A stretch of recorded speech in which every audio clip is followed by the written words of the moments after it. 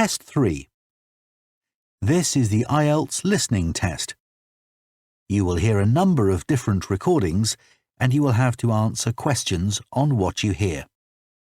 There will be time for you to read the instructions and questions, and you will have a chance to check your work. All the recordings will be played once only. The test is in 4 parts. At the end of the test, you will be given 10 minutes to transfer your answers to the answer sheet. Now turn to Part 1.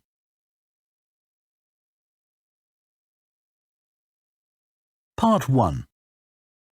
You will hear a woman phoning to ask about a summer cycling camp for her young son who is called Charlie. First, you have some time to look at questions 1 to 5.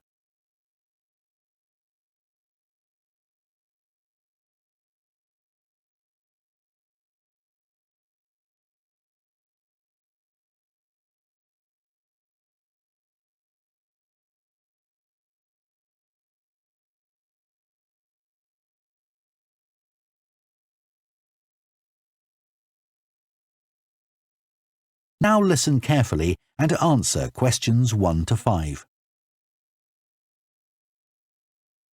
Hello, Junior Cycle Camp. Jake speaking. Hi, I'm calling for some information about the cycle camp. I'm thinking of sending my son. Great. Well, it's held every weekday morning over the summer vacation, and we focus on basic cycling skills and safety. We have 8 levels for children from 3 years upwards. How old's your son? Charlie, he's 7. He can ride a bike, but he needs a little more training before he's safe to go on the road. He'd probably be best in level 5. They start off practicing on the site here, and we aim to get them riding on the road. But first, they're taken to ride in the park, away from the traffic. Right. And can you tell me a bit about the instructors? Well, all our staff wear different colored shirts. So we have 3 supervisors, and they have red shirts. They support the instructors, and they also stand in for me if I'm not around. Then the instructors themselves are in blue shirts, and one of these is responsible for each class. Okay. In order to be accepted, all our instructors have to submit a reference from someone who's seen them work with children. Like if they've worked as a babysitter, for example. Then they have to complete our training course, including how to do lesson plans and generally care for the well-being of the kids in their class. They do a great job, I have to say. Right. And tell me a bit about the classes. What size will Charlie's class be? We have a limit of 8 children in each class, so their instructor really gets to know them well. They're out riding most of the time, but they have quiet times too, where their instructor might tell them a story that's got something to do with cycling, or get them to play a game together. It's a lot of fun. It must be. Now, what happens if there's rain? Do the classes still run? Oh, yes. We don't let that put us off. We just put on our waterproofs and keep cycling. Before you hear the rest of the conversation, you have some time to look at questions 6 to 10.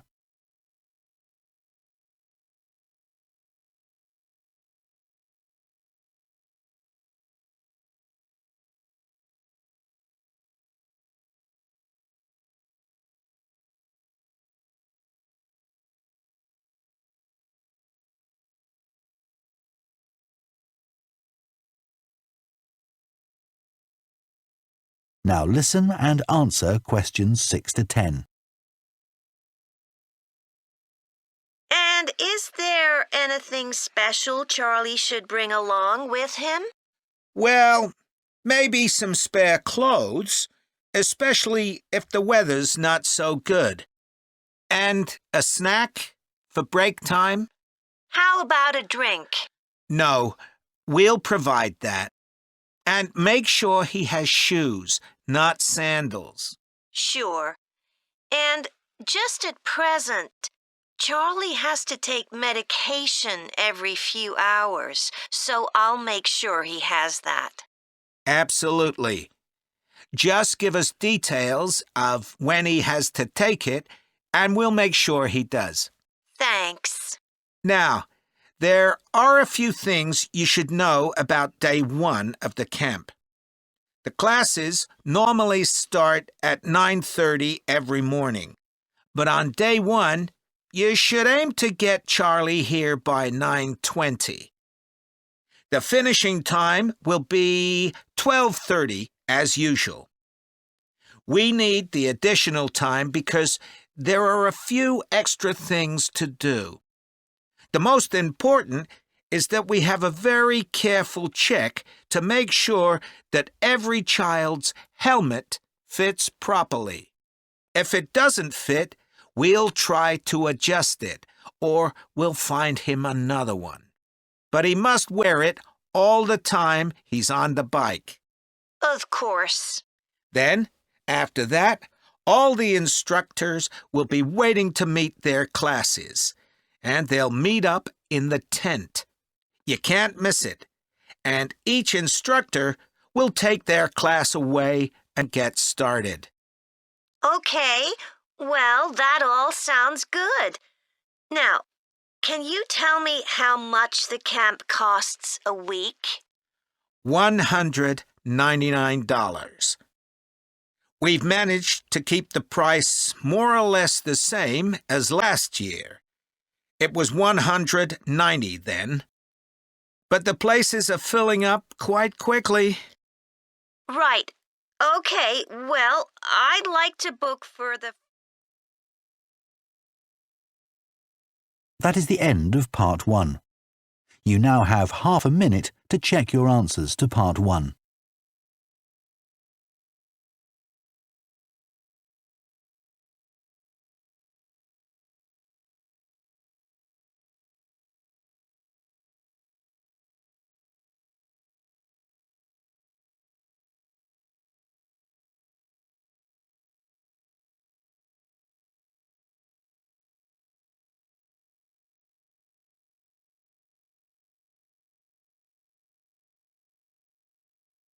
Part 2.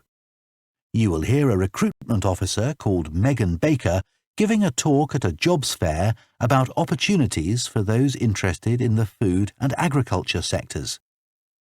First, you have some time to look at questions 11 to 14.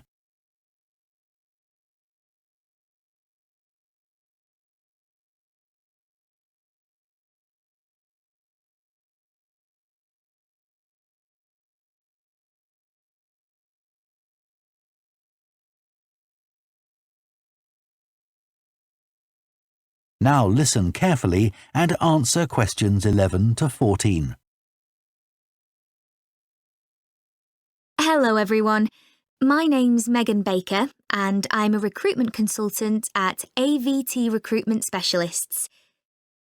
Now, our company specialises in positions that involve working in the agriculture and horticulture sectors, so that's fresh food production, garden and park maintenance and so on. And these sectors do provide some very special career opportunities. For a start, they often offer opportunities for those who don't want to be stuck with a 40-hour week, but need to juggle work with other responsibilities, such as childcare. And this is very important for many of our recruits. Some people like working in a rural setting, surrounded by plants and trees instead of buildings, although we can't guarantee that. But there are certainly health benefits, especially in jobs where you're not sitting all day looking at a screen, a big plus for many people. Salaries can sometimes be good too, although there's a lot of variety here. And you may have the opportunity in some types of jobs for travel overseas, although that obviously depends on the job, and not everyone is keen to do it. Of course, working outdoors does have its challenges. It's fine in summer, but can be extremely unpleasant when it's cold and windy. You may need to be pretty fit for some jobs, though with modern technology, that's not as important as it once was. And standards of health and safety are much higher now than they used to be, so there are fewer work-related accidents. But if you like a lively city environment surrounded by lots of people, these jobs are probably not for you. They're often in pretty remote areas. And some people worry about finding a suitable place to live, but in our experience, this usually turns out fine. Before you hear the rest of the talk, you have some time to look at questions 15 to 20.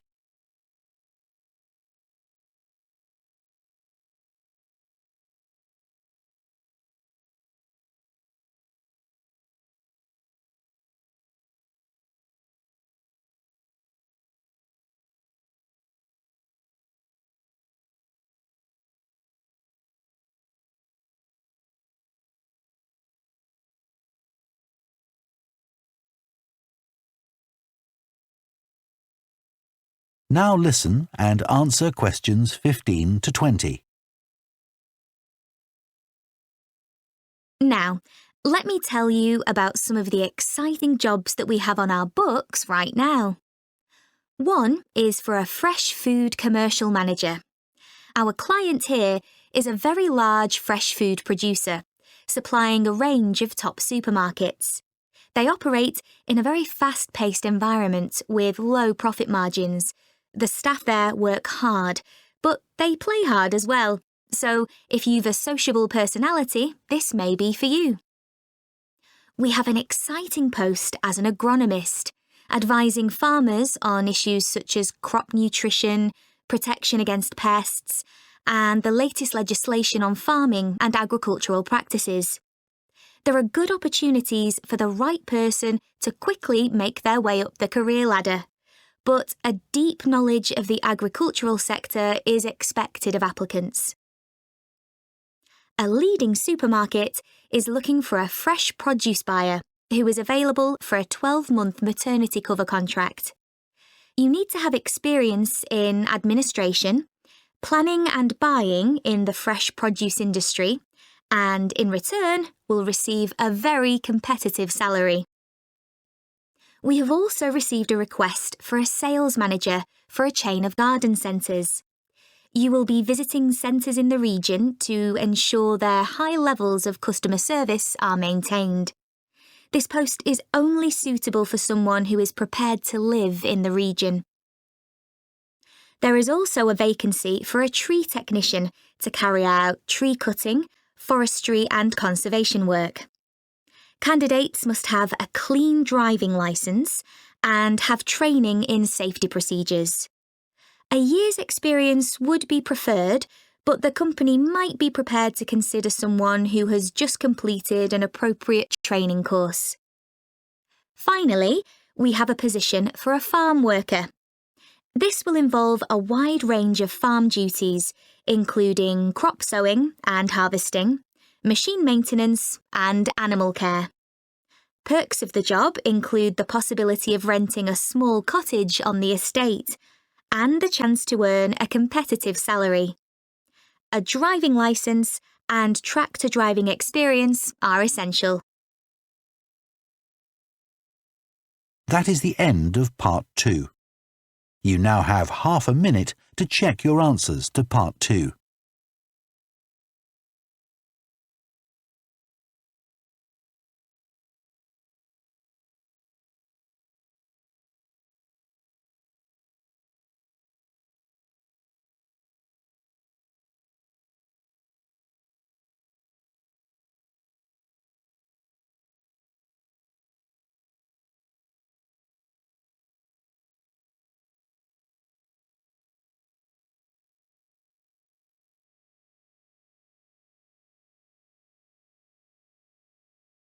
Part 3.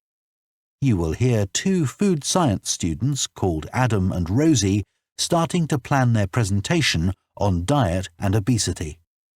First, you have some time to look at questions 21 to 24.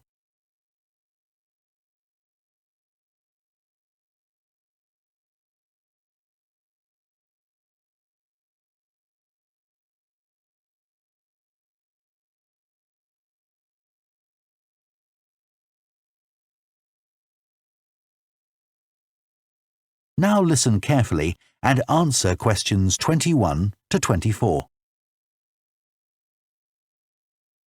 OK, Rosie, shall we try to get some ideas together for our presentation on diet and obesity? Sure.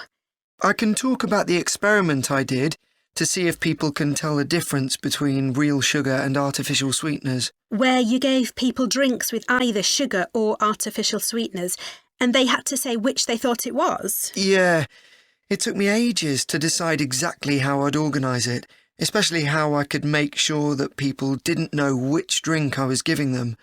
It was hard to keep track of it all, especially as I had so many people doing it. I had to make sure I kept a proper record of what each person had had. So, could most people tell the difference? Yeah, I hadn't thought that they would be able to, but most people could. Then there's that experiment I did, measuring the fat content of nuts, to see if the nutritional information given on the packet was accurate. The one where you ground up the nuts and mixed them with a chemical to absorb the fat? Yes. My results were a bit problematic. The fat content for that type of nut seemed much lower than it said on the package. But I reckon the package information was right. I think I should probably have ground up the nuts more than I did. It's possible that the scales for weighing the fat weren't accurate enough too. I'd really like to try the experiment again sometime. Before you hear the rest of the discussion, you have some time to look at questions 25 to 30.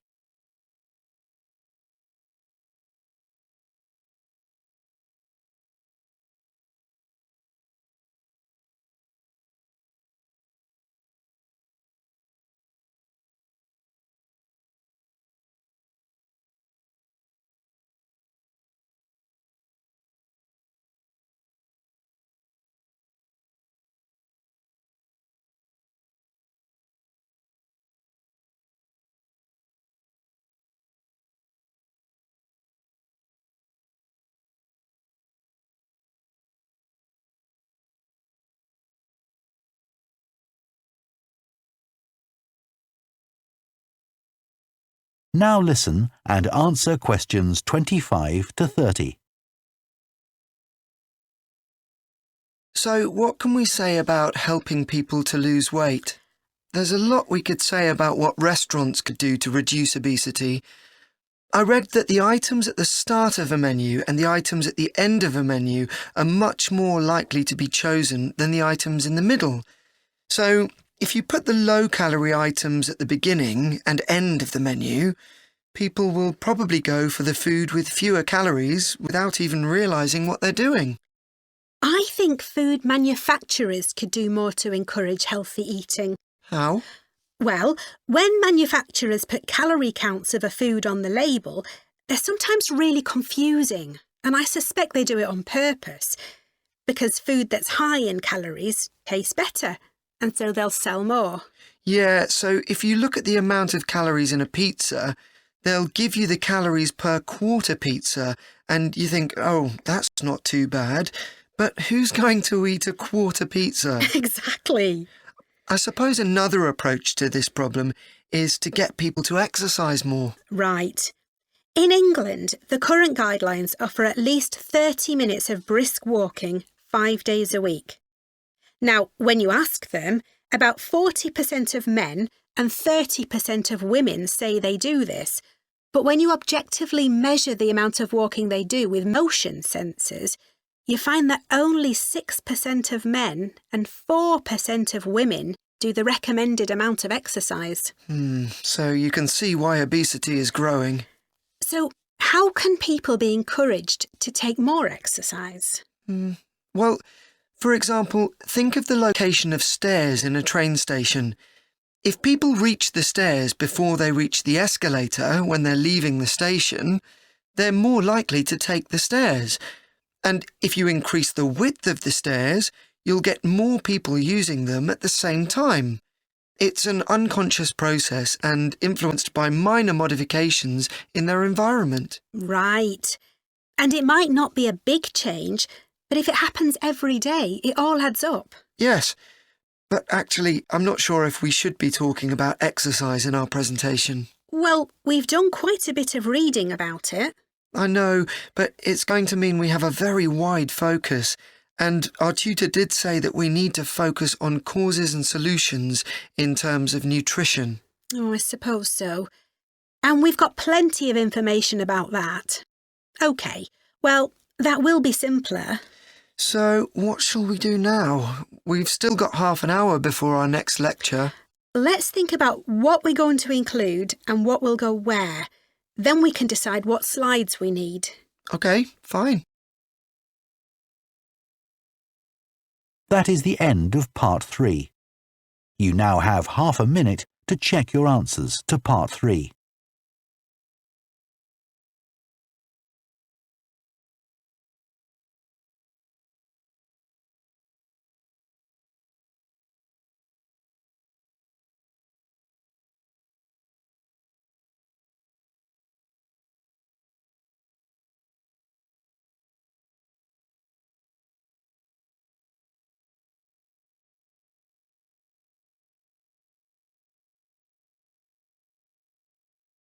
Part 4. You will hear a lecturer on a fashion design course introducing the subject of hand knitting, which involves making things like woolen jumpers and scarves.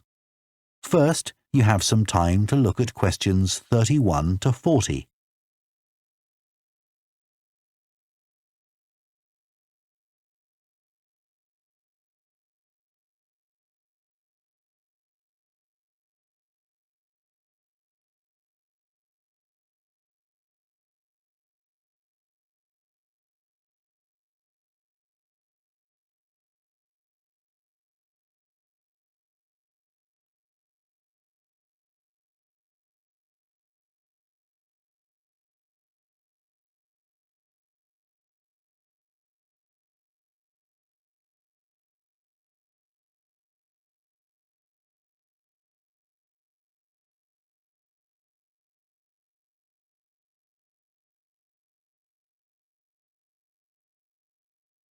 Now listen carefully and answer questions 31 to 40. Good morning, everyone. So today we're going to look at an important creative activity, and that's hand knitting. Ancient knitted garments have been found in many different countries, showing that knitting is a global activity with a long history. When someone says the word knitting, we might well picture an elderly person, a grandmother perhaps, sitting by the fire knitting garments for themselves or other members of the family. It's a homely image, but one that may lead you to feel that knitting is an activity of the past. And indeed, during the previous decade, it was one of the skills that was predicted to vanish from everyday life. For although humans have sewn and knitted their own clothing for a very long time, many of these craft-based skills went into decline when industrial machines took over, mainly because they were no longer passed down from one generation to another. However, that's all changing, and interest in knitting classes, in many countries, is actually rising, as more and more people are seeking formal instruction in the skill. With that trend, we're also seeing an increase in the sales figures for knitting equipment. So, why do people want to be taught to knit at a time when a machine can readily do the job for them? The answer is that knitting, as a handicraft, has numerous benefits for those doing it. Let's consider what some of these might be. While many people knitted garments in the past because they couldn't afford to buy clothes, it's still true today that knitting can be helpful if you're experiencing economic hardship. If you have several children who all need warm winter clothes, knitting may save you a lot of money. And the results of knitting your own clothes can be very rewarding, even though the skills you need to get going are really quite basic, and the financial outlay is minimal. But the more significant benefits in today's world are to do with well-being. In a world where it's estimated that we spend up to 9 hours a day online, doing something with our hands that is craft-based makes us feel good. It releases us from the stress of a technological, fast-paced life.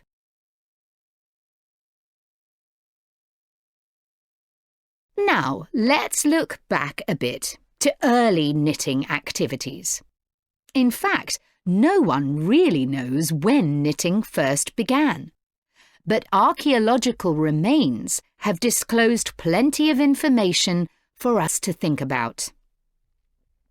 One of the interesting things about knitting is that the earliest pieces of clothing that have been found suggest that most of the items produced were round rather than flat. Discoveries from the 3rd and 4th centuries in Egypt show that things like socks and gloves that were needed to keep hands and feet warm were knitted in one piece using 4 or 5 needles. That's very different from most knitting patterns today, which only require 2. What's more, the very first needles people used were hand-carved out of wood and other natural materials, like bone, whereas today's needles are largely made of steel or plastic and make that characteristic clicking sound when someone's using them. Ancient people knitted using yarns made from linen, hemp, cotton and wool, and these were often very rough on the skin. The spinning wheel, which allowed people to make finer yarns and produce much greater quantities of them, led to the dominance of wool in the knitting industry, often favoured for its warmth. Another interesting fact about knitting is that because it was practised in so many parts of the world, for so many purposes, regional differences in style developed. This visual identity has allowed researchers to match bits of knitted clothing that have been unearthed over time to the region from which the wearer came, or the job that he or she did. As I've mentioned, knitting offered people from poor communities a way of making extra money while doing other tasks. For many centuries, it seems, men, women and children took every opportunity to knit, for example, while watching over sheep, walking to market, or riding in boats. So, let's move on to take... That is the end of Part 4. You now have 1 minute to check your answers to Part 4.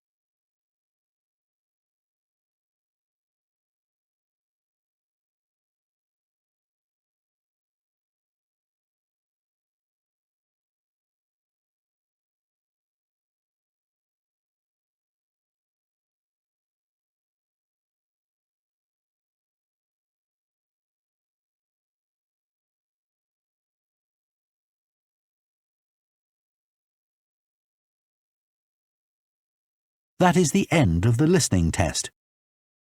In the IELTS test, you would now have 10 minutes to transfer your answers to the answer sheet.